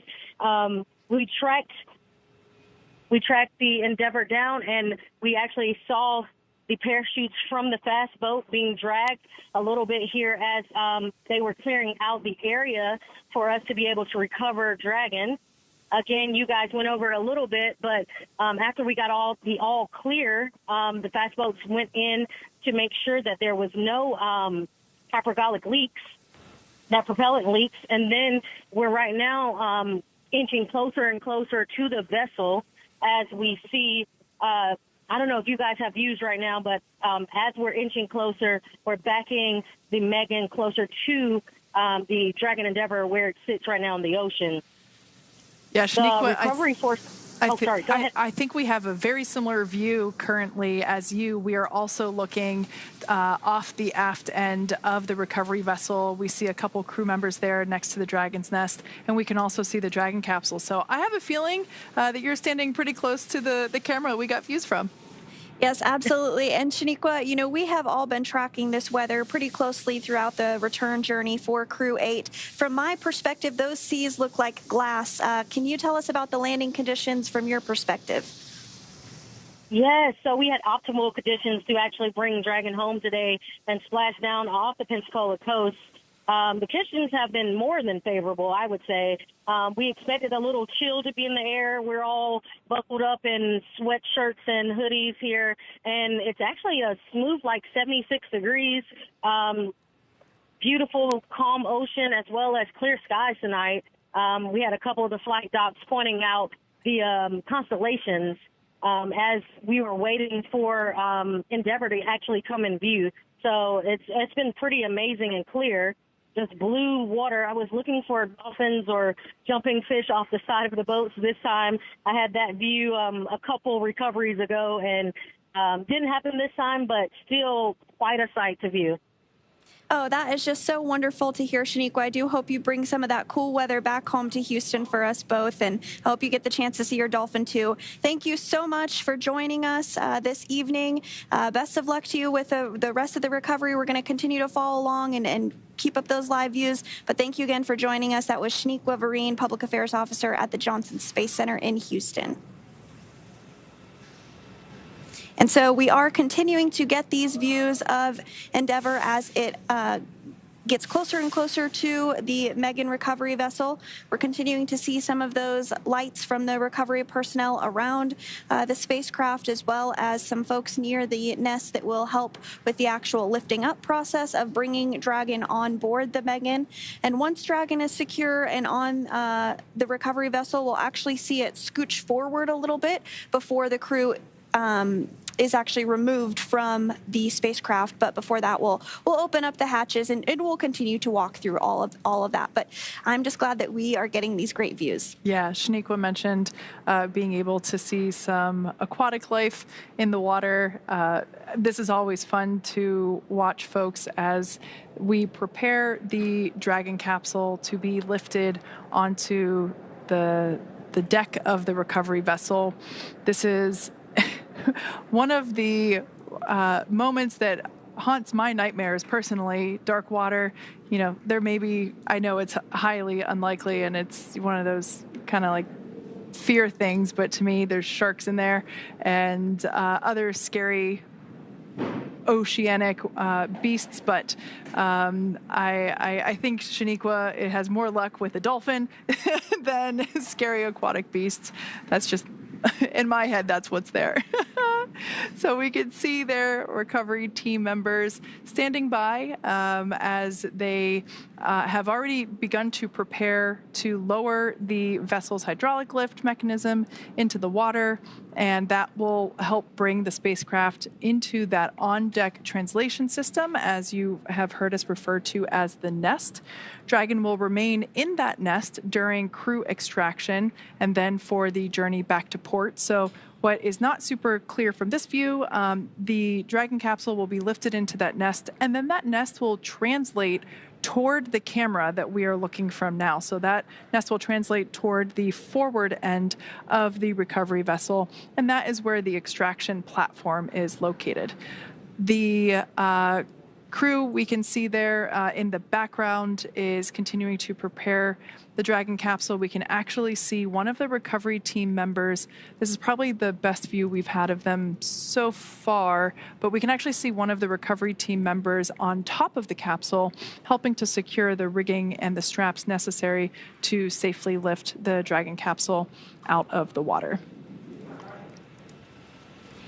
And once open, a SpaceX medical doctor will be the very first one to check in on Matt, Mike, Jeanette, and Alexander, just to see if they're ready for egress or getting out of the spacecraft. So Wall Dragon's top hatch is used to connect to the space station, and that's kind of that pointy part that you're seeing at the top of the spacecraft. On the other end is the heat shield. The top hatch is used to connect to the space station. The astronauts will egress from Dragon's side hatch, pending capsule orientation in the water, which, as we see, is in stable one, so they will be able to use that side hatch.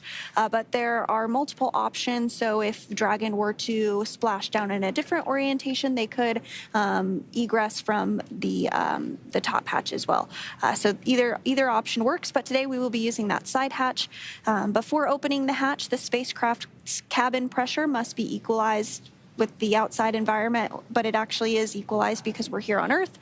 So once the hatch is opened, that will be the crew's first breath of fresh air since boarding Dragon at the start of their mission all the way back in March, which is hard to believe. That was almost 8 months ago.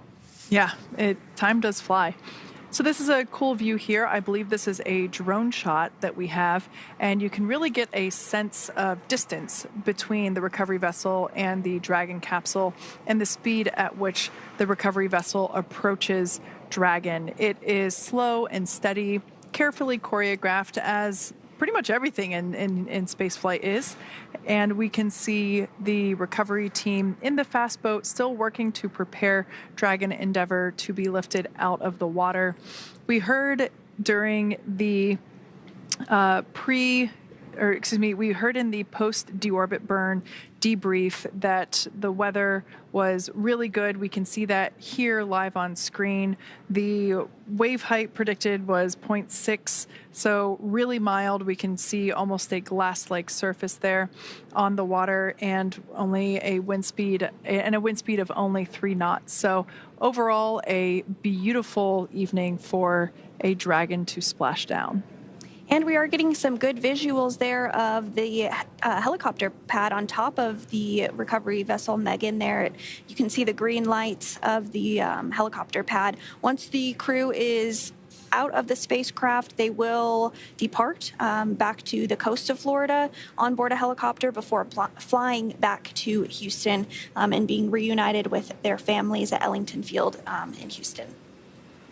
So continuing to get those really great views there. It looks like the rigger is still on Dragon, if I'm seeing that correctly. Yeah, they're standing in the bay where the main parachutes were housed prior to being deployed. That's right, and it looks like that rigger this evening is Troy Werner. So we might get the opportunity to see him as he jumps off of the spacecraft, which is Kate's worst nightmare. Yes. A moment I feel things for that individual when I see them perform that, and it's really admiration that they have the bravery to do that, especially at night. Yeah, we can see him standing there in that bay where... Dragon, SpaceX, comm check. Loud and clear, Hollis. Loud and clear as well. Transition from audio from Tidris to Megan successful. Rigging has been complete. Approximately 5 minutes until capsule lift. Copy, 5 to lift.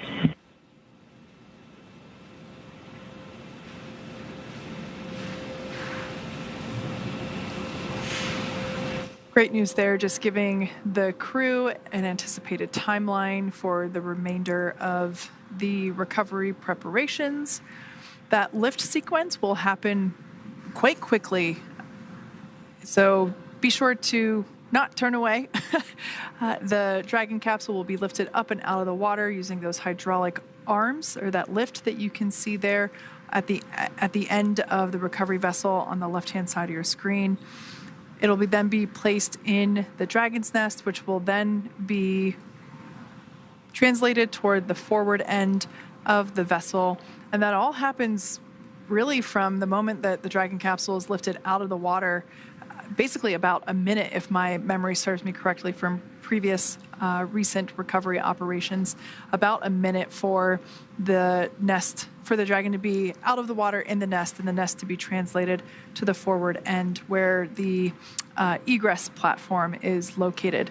Now, once the Dragon capsule is there next to the egress platform, we will perform another set of safety checks to make sure that there are still no hypergolic vapors present on the exterior of the capsule. So we'll do another one of those before allowing the team to open the side hatch. We can see the rigger there now atop the Dragon capsule. I wonder if they have the opportunity to kind of put their hand down there and wave. That is the side of the capsule where, oh, there they go, into the water. Dragon, brace for capsule lift. Dragon.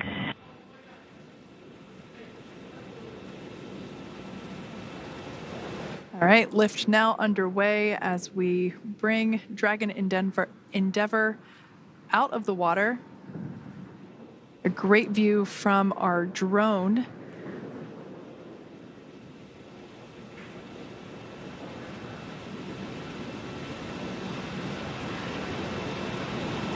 We can see the capsule now making its way toward the Dragon's nest, and there's a good view of that egress platform, so you get a better sense of how far that translation is.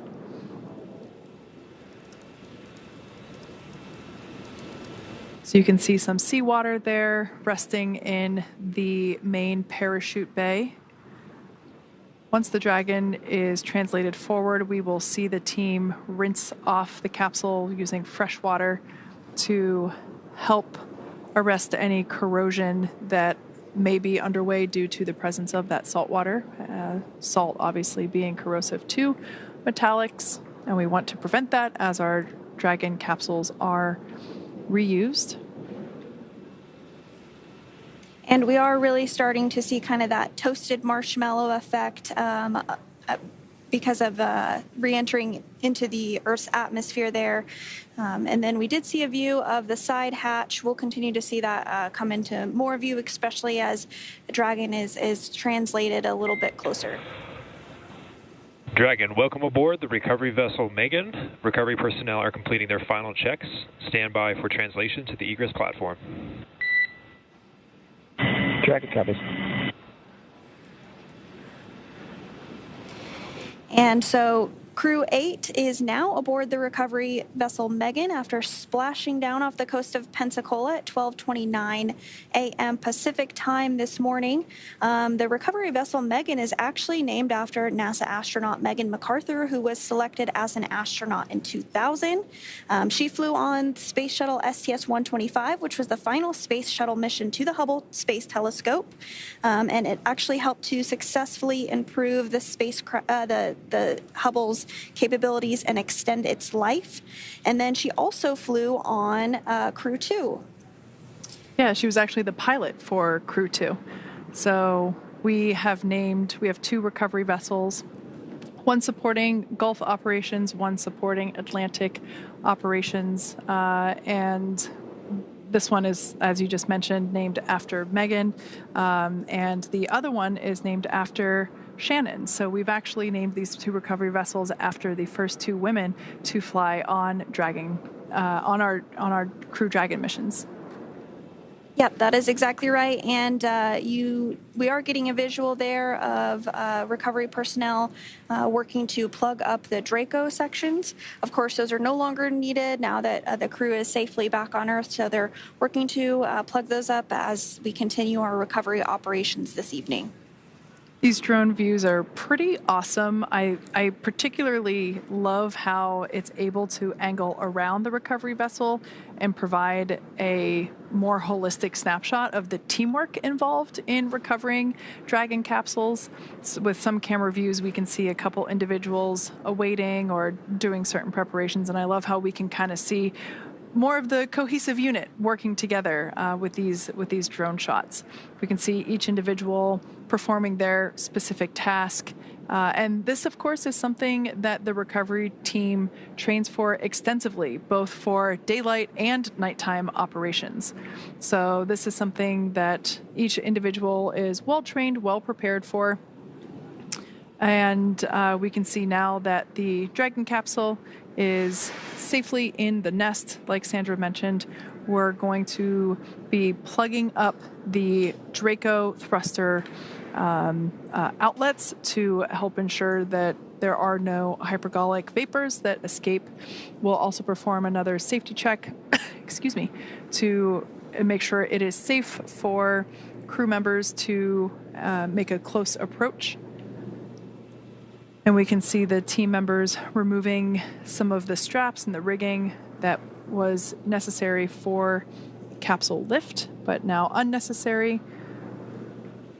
And we will remove those to help clear the way to open the side hatch.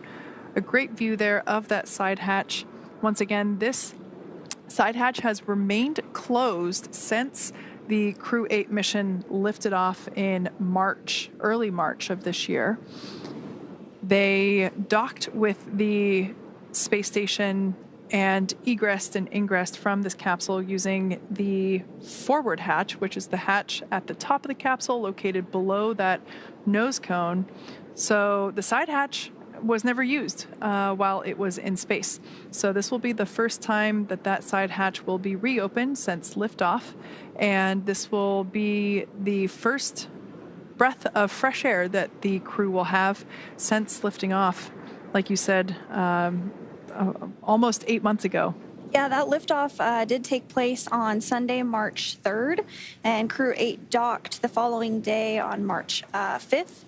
Now, Crew-8 actually docked to the Harmony forward port, but throughout their mission, they did complete a port relocation, which is essentially moving the spacecraft from one port to another. And we are getting a really great view of Dragon as it is translated closer ahead of those recovery operations and opening up the hatch. Really spectacular view to see that.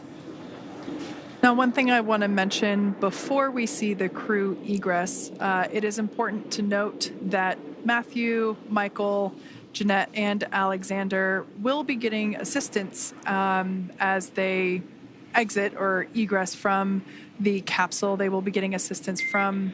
Stand by for side hatch opening and egress. Dragon.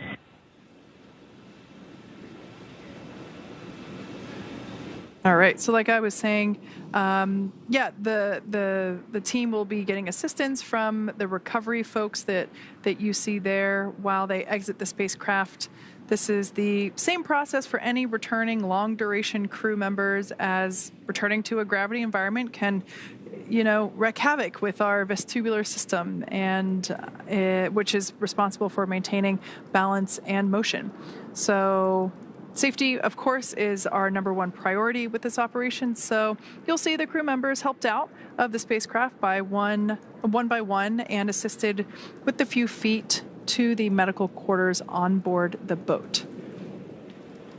So nominal procedure is to open the hatch, do a quick thumbs up check with the crew inside, help them egress one by one, and they will then go into the medical quarters directly after egress to have their first in-person medical conference with the flight surgeons on board.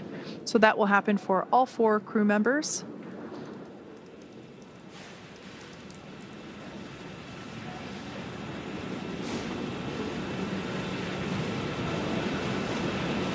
Now, something you see there on the right-hand side of the egress platform, it is a rounded square. It's that white structure there off to the side.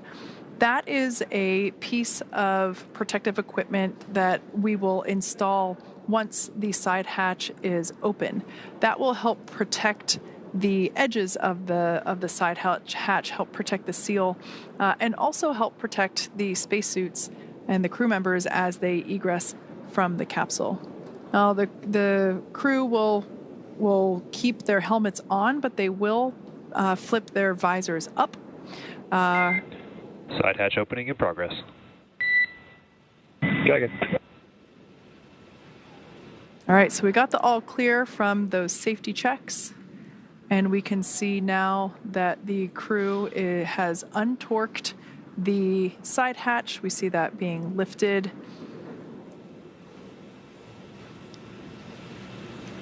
We can see that protective piece being put in place.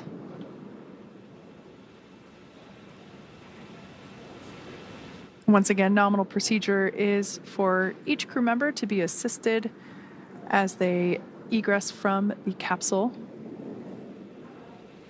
And we'll also see those footrests be removed as well once we get a little further in this procedure. Once they get that protective cover installed, that just helps give a little more room as they help to bring the crew members out. Yeah. As you can see, even folks that haven't spent 8 months in space need assistance getting out of the capsule. Yes, and again, you will see the crew be assisted out of the spacecraft and have some folks around them. This is common for all of our landings, as well as for the Soyuz. If you've ever watched one of our broadcasts on that, we do assist the crew as they come out of any spacecraft following their space flight. We can see the onboard photographer getting some snapshots. I have a feeling there may have been 4 thumbs up there inside the capsule at one point. Or maybe there will be now. This is also a great view. We can really see the details in the thermal protection system and that evidence of reentry. So as we mentioned before, the exterior of the capsule at liftoff and while the capsule was on orbit was a nice white, and we can now see that discoloration reflecting the patterns of heat that the capsule experienced during re-entry. As we mentioned, the exterior temperatures can reach up to 3,500 degrees Fahrenheit as that plasma builds up. So I always love seeing how the Dragon capsules change identity essentially as they come back and kind of have their own unique fingerprint or TPS print, if you will, thermal protection system. And we were talking about the other recovery vessel, Megan, and it turns out that Shannon Walker is actually on the recovery vessel as well, helping to assist with this, as well as NASA astronaut Eric Bowe. So that's awesome. And she's the astronaut that the other vessel is named after. Yep.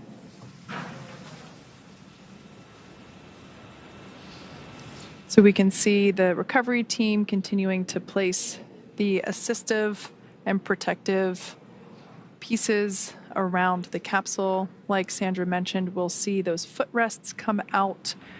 That helps provide a little bit more moving space for the team to assist the astronauts as they egress.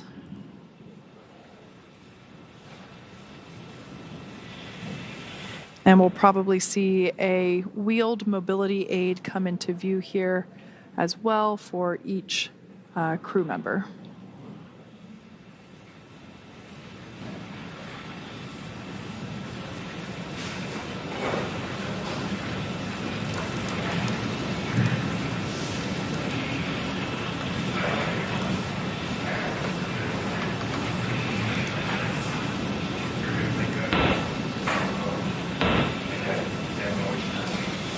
So if you are just joining us this evening, Crew-8 has splashed down off the coast of Pensacola, Florida at 12:29 a.m., ending their 235 days in space. They have been successfully recovered from the water and hoisted up onto the recovery vessel Megan, and they are now working to get removed from the side hatch there that you see on your screen, which is now open. We have recovery personnel that are partially inside the capsule now, just doing a quick check-in with the crew before their extraction. Again, you do start to see some of that recovery equipment being wheeled off to the side there. That is completely normal and expected. We do this for all of our returning crew members after their space flight, so you will see them be assisted onto that before they are wheeled away to do some additional medical checks before boarding a helicopter and flying back to Houston, back to the coast of Florida before they fly on a NASA plane to Houston to be reunited with their loved ones at Ellington Field.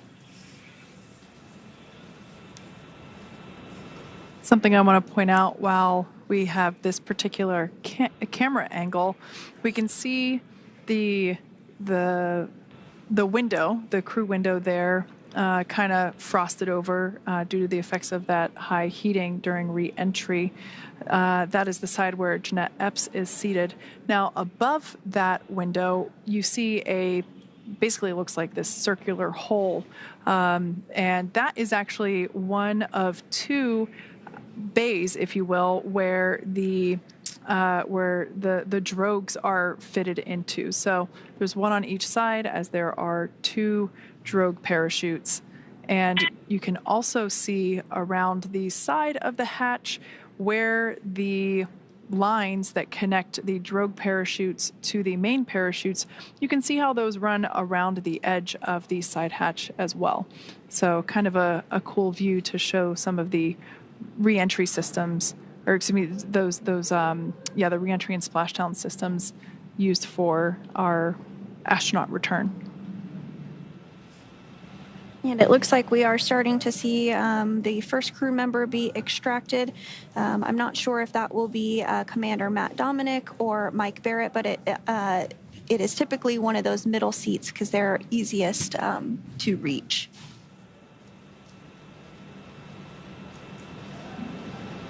So again, you do see that crew member getting some assistance. I can't quite tell who it is just yet. I can only imagine what it feels like to have to stand up after spending nearly 8 months in space and having to stand up for the first time with Earth's gravity. And that is NASA astronaut Matt Dominick, who is now out of the spacecraft. His very first space flight. Looks like we're getting some handshakes there. High fives all around.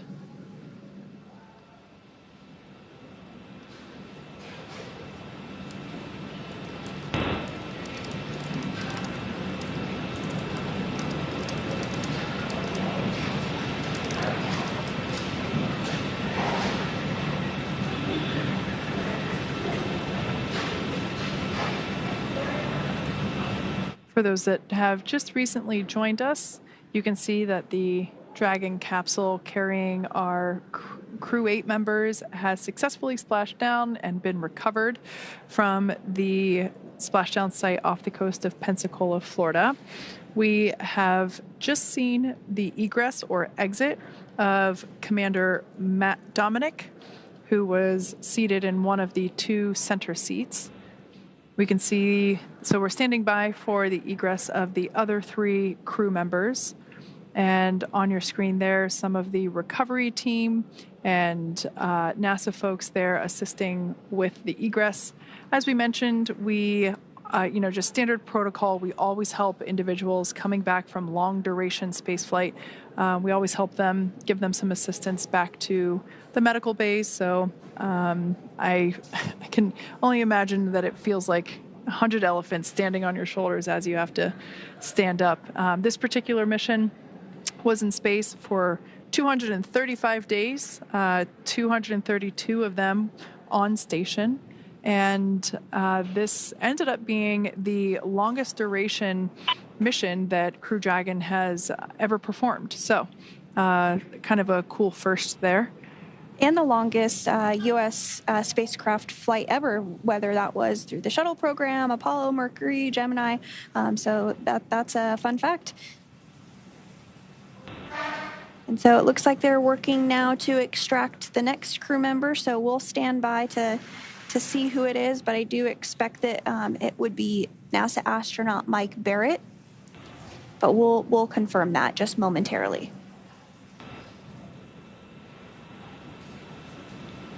In addition to the individual standing around the outside, there's also a recovery team member inside the capsule assisting with the egress. And that is NASA astronaut Mike Barratt. This is he is the veteran on this space flight. The other 3 flyers on board Crew-8 were all rookies.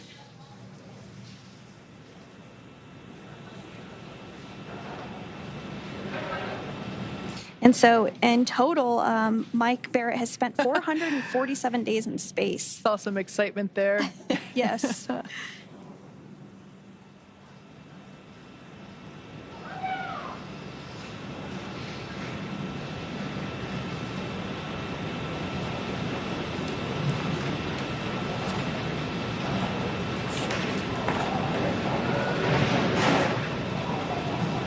So remaining inside Endeavour is NASA astronaut Jeanette Epps, as well as Roscosmos cosmonaut Alexander Grebenkin.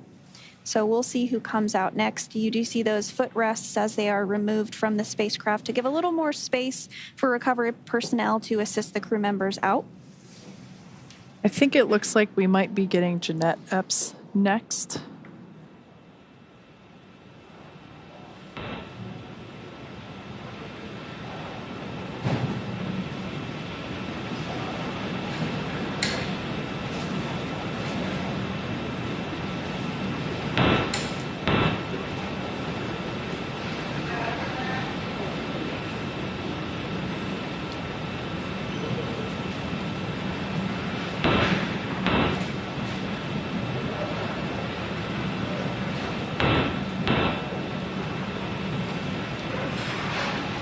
So they're continuing to work to get the next crew member out, and you can really see there's quite a few folks on the recovery vessel. It just really speaks to all those that are involved with helping to make a mission successful. It's the recovery boat personnel, the folks in Mission Control Hawthorne and in Houston, as well as all around the world, those that support the International Space Station.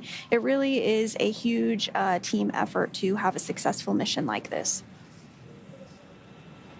And in fact, there's 44 people on the recovery vessel, Megan, to help support tonight's splashdown.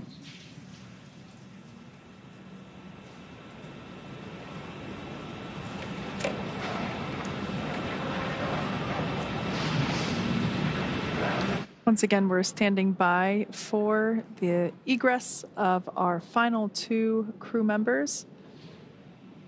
Yeah, it looks like NASA astronaut Jeanette Epps will be the next one to exit. Due to the limited space inside Dragon capsule, it's pretty normal to have the 2 individuals seated in the center seats, so the pilot and commander. It's pretty normal to have them egress first, as it helps give a little bit more working room there within the capsule for the crew members and the recovery team members.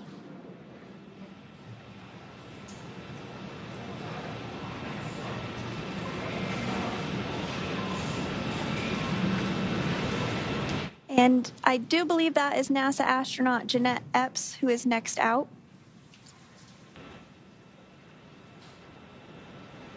Yep, Jeanette Epps was the next one out, so Alexander Grebenkin will be next. Again, this was her first space flight.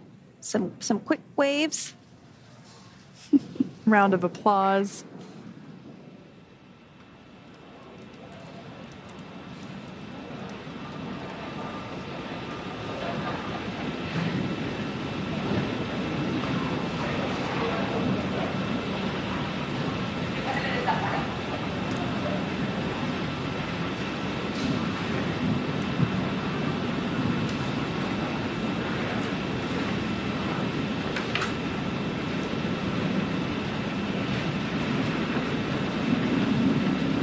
And we are starting to see Alexander Grebenkin be extracted from the spacecraft as well.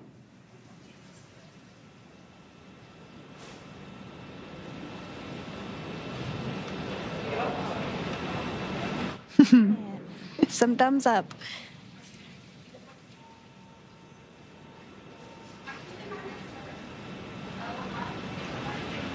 And we now have all 4 crew members outside of Crew Dragon Endeavour following their 235 days in space. Some cheers and excitement for Crew-8. That's great to see. Checking to make sure they didn't leave anybody inside. No aliens as stowaways inside Dragon Endeavour. Well, now that Matt, Mike, Jeanette, and Alexander are safely back home on Earth and getting checked out by the NASA medical team, we're going to wrap up our live coverage of their return. Now, this all kicked off on March 4th, 2024 from historic Launch Pad 39A at the Kennedy Space Center in Florida. After a successful liftoff and separation from Falcon 9, Matt, Mike, Jeanette, and Alexander made a 29-hour flight on board Dragon to the International Space Station. Since arriving at the space station, they spent nearly 8 months as members of Expedition 71 and 72, where they executed science experiments, spacewalk, and repairs while aboard the orbiting laboratory. Their journey home began about 34 hours ago on October 23rd when they closed the hatch to Dragon and undocked from the space station at 2:05 p.m. Pacific time. After 4 successful departure burns and a phasing burn to line up their orbit, Matthew, Michael, Jeanette, and Alexander rested for a few hours before waking up to prepare for re-entry this morning. We jettisoned Dragon's trunk and performed our final on-orbit maneuver, the approximately 9-minute-long deorbit burn, and that occurred at 11:39 p.m. Pacific, 2:39 a.m. Eastern Time, and that sent Dragon on its path home. The spacecraft re-entered the Earth's atmosphere and slowed its descent with successful deployments of 2 drogue parachutes and 4 mains, with the final splashdown occurring off the coast of Pensacola, Florida, on time at 12:29 a.m. Pacific, 3:29 a.m. Eastern. Following that successful splashdown, we saw SpaceX recovery experts move in quickly and prepare Dragon Endeavour for its lift into the recovery vessel. And just a little less than an hour following splashdown, we saw Matthew, Michael, Jeanette, and Alexander make their way out of Dragon and into the recovery ship's medical facilities safe and sound. Next up, they'll catch a helicopter flight back to shore where they'll transfer to aircraft that will take them home. The astronauts will take a NASA plane for the short flight back to Houston, and then they'll be reunited with their friends and family, bringing an end to this mission. It has been an honor and a privilege, the greatest privilege of my life, to get to share their journey with all of you as we continue this new era in human spaceflight. Return today marks the end of the direct handover that we executed after successfully launching the Crew-9 mission to the space station on September 28th. Now, thank you, as always, for joining us for tonight's coverage of the splashdown of Crew-8. Remember to follow SpaceX on X and NASA online and on social media for updates for the very latest on crew and cargo flights to and from the International Space Station. And we'll continue to share the progress of Matt, Mike, Jeanette, and Alexander on social media as they travel back home. We also do have our post-splashdown media telecon coming up at 2 a.m. Pacific, 5 a.m. Eastern Time this morning, where leadership will share a final update as we conclude this successful mission. So from all of us at NASA and SpaceX, it has been great to support this mission. Welcome home, Crew-8. So long.